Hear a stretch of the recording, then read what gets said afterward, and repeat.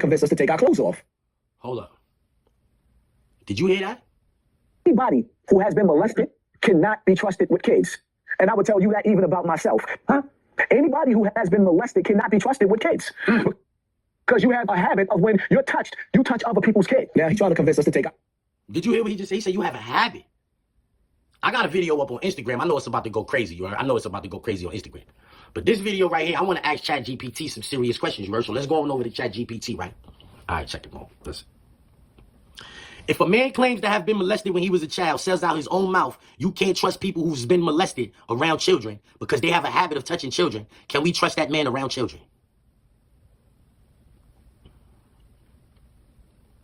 That statement is definitely concerning, especially coming from someone who has personally experienced trauma. If someone openly believes that victims of molestation have a tendency to repeat the cycle and they include themselves in that category, it naturally raises questions about their own self-awareness and trustworthiness around children. However, not every victim of molestation becomes an abuser. Many break the cycle and work to protect others. But if a person is explicitly stating that victims have a habit of offending and they're speaking from personal perspective, then their words should be taken seriously.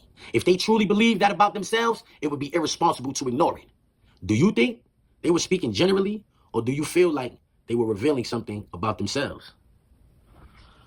The guy is unhinged, so I don't know. He often makes threats about raping other men. Does that give you any insight as to what kind of man he is?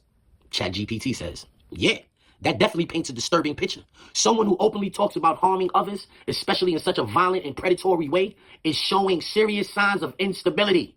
If he constantly makes threats about R-wording other men, that suggests deep-seated aggression, possible unresolved trauma, and a twisted mindset that normalizes sexual violence as a means of power or control. It also raises serious questions about whether his past experiences have shaped him into someone dangerous rather than someone who overcame their trauma in a healthy way. If he truly believes victims of molestation tend to become predators and he also makes violent threats, that's a red flag that he might be projecting something about himself.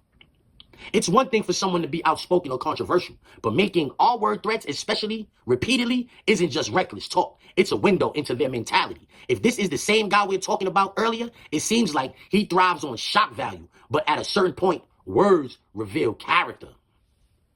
This is ChatGPT talking. This is not the other YouTubers saying this like, yo, I think this about... No. This is the artificial intelligence situation. They analyzing your situation. They breaking you down to the very last compound. They know things about you that you don't really know about yourself. They breaking you down to the very last compound. Let's ask ChatGPT some more questions, man. Because that made me think about some things. Boom, it said, also raises serious questions about whether his past experiences have shaped him into someone.